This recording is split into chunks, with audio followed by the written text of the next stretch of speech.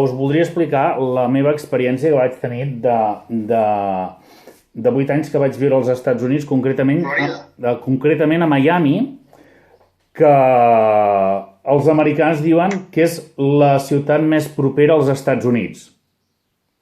Amb la qual cosa hi ha racisme, perquè ja volen dir que és una ciutat que no forma part dels Estats Units perquè la major part dels seus ciutadans són latinos. No? Això estem parlant de l'any 97.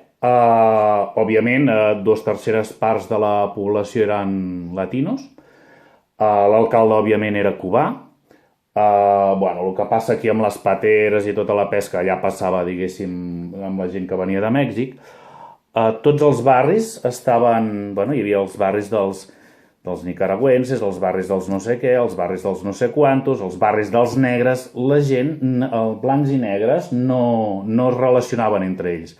Albert, estàvem escoltant, molt atents. És que no sé on m'he quedat. Jo he seguit parlant per si vosaltres em podíeu sentir, però jo no us veia i no us podia sentir. No sé on m'he quedat. Jo estava parlant, em sembla, quan m'he perdut, quan us he perdut, quan m'heu perdut. Estaves explicant...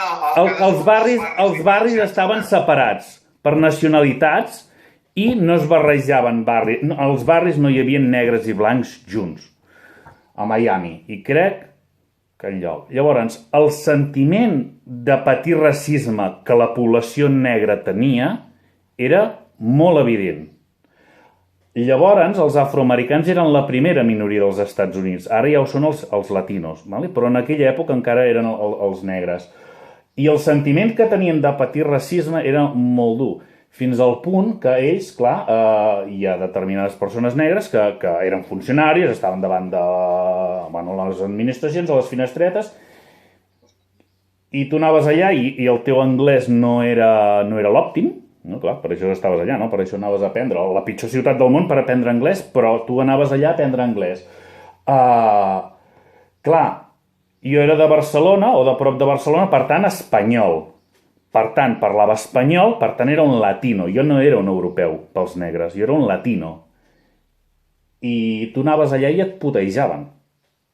Et putejaven. T'ho feien el més complicat possible. Et treien mots raríssims que no havies sentit en la punyetera vida. I per fer la mateixa gestió jo hi anava amb la meva neboda, que era tot blanqueta, que vivia dels Estats Units des de ben petitona, no sé què, no sé quan... tot eren amabilitats. Tot eren amabilitats cap a un ésser teòricament superior, que era un americà blanc, però quan tu eres un llatí, un latino, te les feien passar a canutes. És a dir, els americans em putegen a mi, jo et putejo a tu, latino. El racisme no únicament és amb persones negres.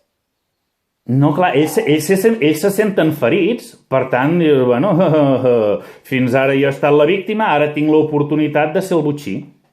Però després pensa, això és una reflexió que a vegades m'han fet i tal, que la gent rica, que pot ser el que més faci aquests comentaris, després tenen amics que són latinos, són negres i són xinos. Sí.